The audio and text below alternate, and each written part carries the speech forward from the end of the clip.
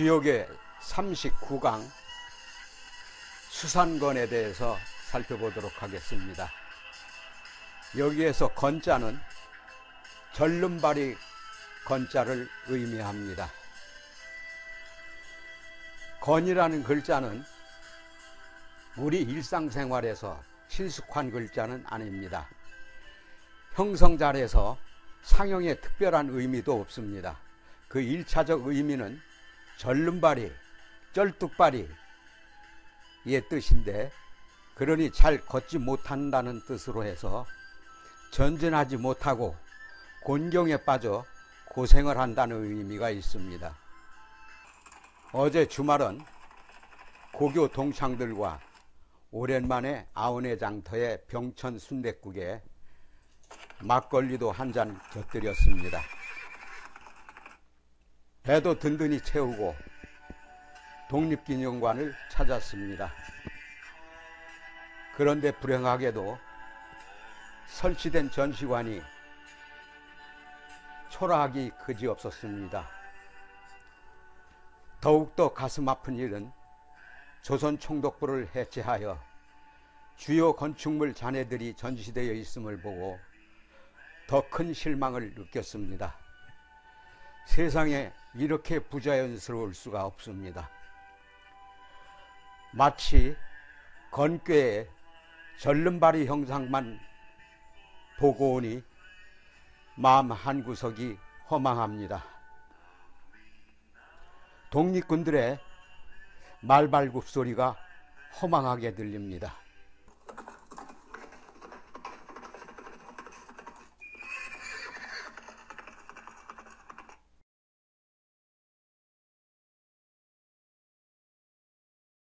수산건이라고 하는 것은 건자는 다리절 건자를 의미합니다. 위에는 물이고 아래는 산입니다. 건은 절뚝발이, 나아가기 힘들다, 멈춘다라는 뜻입니다. 산 위에 물이 있으니 산을 넘으면 다시 물이 앞길을 막고 있습니다. 나아가기가 불편하니 절름발이라는 뜻을 가진 건꾀를 이름으로 하였습니다.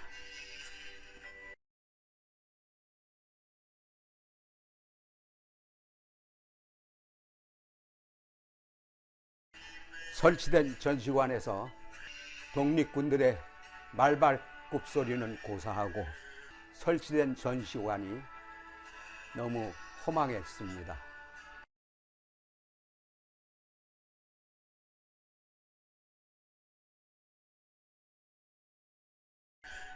서계전에서 귓괴에서 건괴로 넘어오는 논리적 연결을 다음과 같이 설명하고 있습니다. 귀괴의 귀라고 하는 것은 어긋남, 괴리를 의미합니다. 그런데 어긋나면 반드시 어려움이 생깁니다. 그래서 건괴로 봤습니다. 건이라는 것은 곤란, 어려움, 난국을 상징합니다. 정의천은 이 괴의 상을 이와 같이 설명했습니다. 그래서 건난이 된 것입니다. 괴의 형상을 살펴보면 감이 위에 있고 간이 아래에 있습니다. 감은 험난할 험자요, 간은 그침 지자입니다. 험난할 험이 앞에 있어 가로막고 있으니 앞으로 나아갈 수도 없습니다. 앞으로 위험한 함정이 있고 뒤로는 높은 산이 막고 있습니다. 그래서 건이라고 이름한 것입니다. 수산건의 괴설을 살펴보겠습니다. 산은 정지된 상태를, 물은 험난함을 뜻하므로 괴로움을 의미합니다. 따라서 진퇴가 막혀 앞으로 나갈 길이 막혀 곤경에 빠지는 수가 많습니다. 간계에 빠지지 않도록 조심해야 하며 그 자리에 가만히 있거나 다른 사람을 따라가는 편이 유리합니다. 총서를 살펴보죠. 초년은 가정적으로 변화를 겪거나 큰 걱정이 없이 지내지만 중년에는 애군이 밀려와 객지를 돌아다니며 고생을 합니다. 세경에 좋은 한때도 있으나 번민과 역경 속에서 보냅니다. 말년은 편히 지내고자 하나 편안히 쉴 만한 곳이 없습니다. 그러나 자손의 덕으로 안정된 생활을 하게 됩니다. 건은 고민하면서 앞으로 나아가지 못한다의 뜻이 됩니다. 그러나 반드시 나쁜 일만 생기는 것은 아닙니다. 역경에 처해 있는 것은 틀림없지만 바르게 몸을 지키면서 위험을 최소로 막을 수가 있습니다. 매일 예의를 지키고 겸허한 마음으로 지내는 것이 중요합니다. 역경에 처해 있으면 처해 있을수록 그것이 장래의 인간관계에 깊이를 가져옵니다. 매매운과 금전대차운은 계약은 일시 중단하는 것이 좋습니다. 돈을 빌려줘도 돌아올 것을 기대할 수가 없습니다. 건강은 크게 한번 중병을 앓게 됩니다. 사회적으로는 큰 도움이 없이 스스로 운명을 개척해야 합니다. 수산건의 괴사를 살펴보죠.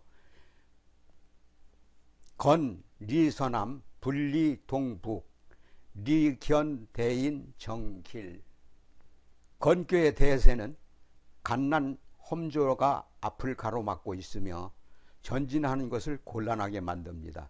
이럴 때는 이 곤란을 벗어나기 위해서 서남북의 평평한 땅을 향해 가는 것이 유리합니다. 동북쪽의 산악지대를 향하여 가는 것은 이롭지 않습니다. 맹목적으로 돌파할 생각을 하는 것은 어리석습니다. 이러한 곤란을 극복하기 위해서는 대덕 대제를 만나 상담하고 조력하는 것이 좋습니다. 고난 속에서는 변절을 하지 않는 것이 중요합니다. 하느님과 소통하면서 계속 물음을 던지십시오. 정도를 고수하면 앞으로 길해질 것입니다. 첫 번째 음효를 살펴보죠. 왕건래예. 가면 갓난에 빠지고 오면 명예를 얻는다. 여기에서는 왕은 아래에서 위로 올라가는 것이고 레는 위에서 아래로 내려오는 것입니다. 레가 여기에서 초6의 상황이므로 제자리에 가만히 있는 것이 됩니다. 초6은 음유하고 부정하며 건난의 출발점입니다. 위가 낮고 재가 약하고 상꾀에 응원이 없습니다. 육사가 음효래서 응하지 않는 것입니다. 따라서 이러한 상황에서는 움직이지 않는 것이 상책입니다. 앞으로 전진하는 것만이 인생의 선이라는 생각은 잘못된 것입니다. 맹지는 갓난만을 증진시킵니다. 인류 문명의 어리석음은 앞으로 가기만 하고 뒤로 물러설 줄을 모른다는 것입니다. 위험할 험자를 보고 적시에 멈출 줄 아는 자는 지혜로운 자로서 명예를 얻게 됩니다. 2호를 살펴보겠습니다. 왕신 건건 비궁지고. 6이는 유순중정의 이상한 덕을 소유하고 있으며 9호의 천자와 정응의 관계에 있습니다. 그러니까 6이는 천자의 충량한 대신입니다. 여기 효사에 임금왕이 등장하는 것은 9, 5의 천자가 험난한 기운에 빠져 있기 때문입니다. 지금 9, 5의 왕을 구할 수 있는 자는 학교의 중심인 6, 2밖에 없습니다. 6, 2는 왕신으로서 있는 힘을 다하여 갓난신고 속에 허덕이는 왕을 구출해내려고 모든 힘을 쏟고 있습니다.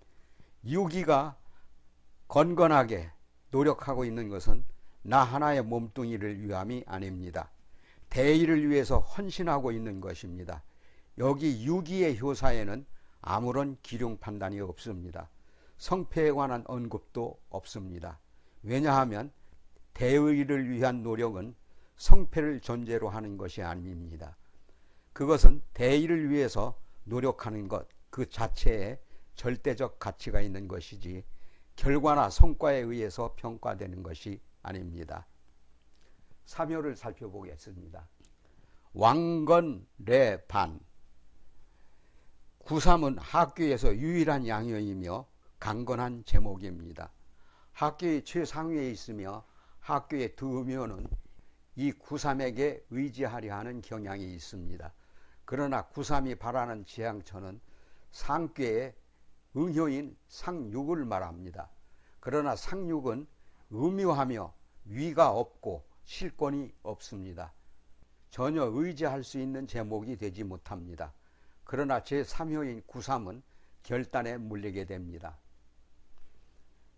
왕이라는 것은 상궤로 올라가는 것입니다. 인생에 있어서 승진이라는 것이 꼭 장땡만은 아닙니다. 이 구삼의 경우 올라가면 올라갈수록 험조간난의 상황이 겹겹이 둘러싸이게 됩니다. 감꾀의 수렁에 빠지게 되는 것입니다. 생각을 돌려 자기 자리로 다시 내려오면 내꾀의 본연의 분위기로 회귀하게 됩니다. 초6과 6.2는 모두 충정의 신하이며 구삼과 같은 강명한 인재를 요구하고 있습니다.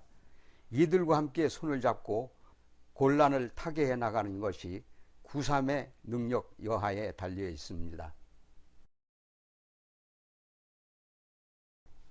점을 쳐서 이 효사를 얻는 자는 무리한 승진을 시도하면 안 됩니다. 그대의 노력은 결코 받아들여지지 않습니다. 오히려 자기 본래적 자리에서 할 수 있는 일을 더 잘하는 것이 더 구원한 가치를 창조할 수 있습니다. 진보라는 맹랑한 서구적 가치에 기만당해온 인간들은 자기 삶의 정당한 자리를 잃어버리고 그것도 잘못된 선택이라는 것을 자각하지 못합니다. 사효를 살펴보겠습니다. 왕건례련. 육사는 이미 험난을 의미하는 상쾌 속에 들어와 있습니다. 험난의 제일 밑에서 치고 올라가려 해도 더욱 곤란한 곤경만이 닥칠 뿐입니다. 그것은 왕건이라고 표현했습니다.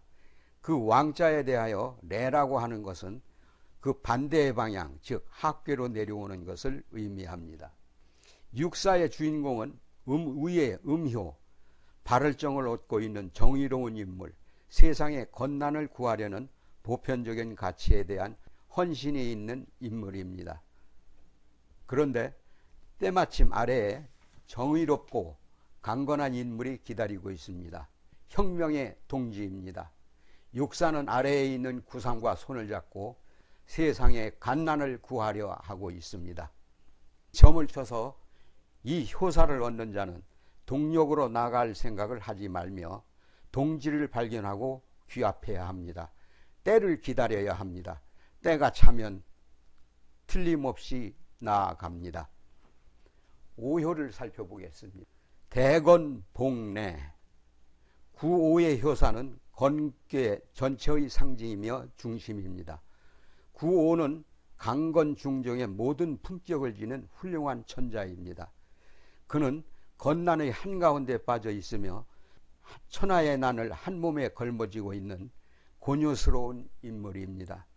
효사는 대건이라고 표현했습니다. 또한 구오의 천자는 대건 속에서 대건스럽게 어려움을 극복하려는 의지를 보이고 있기 때문에 충절을 지키고 대의를 걱정하는 양신들이 몰려들게 됩니다. 효사가 이들을 신하신자라고 표현하지 않고 붕자로 표현한 것은 혁명 동지들 사이에는 수평적 인간관이 있다는 것을 의미합니다. 육효를 살펴보겠습니다. 왕건, 내석, 길, 리견, 대인. 여기 왕건은 왕하면 건이라 읽지 않고 왕하려 하면 건이 기다리고 있을 뿐이라고 읽어야 합니다. 상육은 음요하며 재능이 없고 난국을 타개야 할 힘이 없습니다. 더구나 상육은 건괴의 끝자리에 있어서 더 올라가려고 해도 더 나갈 곳이 없습니다. 난국을 타개하기 위해서 억지로 공을 세우려고 노력하면 할수록 더욱 난국에 빠질 뿐입니다. 그러나 생각을 바꾸어 거꾸로 가면 바로 위대한 리더인 구오가 기다리고 있습니다. 구오와 힘을 합쳐서 난국을 헤쳐나간다면 풍속한 공적을 남길 수 있을 것입니다. 이것을 효사는 내석이라고 표현했고 곧 이어서 길할 길이라는 판단을 내렸습니다. 여태까지 건괴에 길할 길이라는 판단은 한 번도 내려지지 않았습니다. 그러나 상육에서 처음이자 마지막으로 나타납니다. 역의 언어가 얼마나 정밀한가를 보여주는 대목입니다. 여기서는 건꾀의 건이 끝나는 자리이기 때문입니다. 점을 쳐서 이 효사를 만나는 사람은 큰 인물을 찾아라. 그를 쫓아서 대의를 구현하라. 난국을 타개할 방도가 생기리라.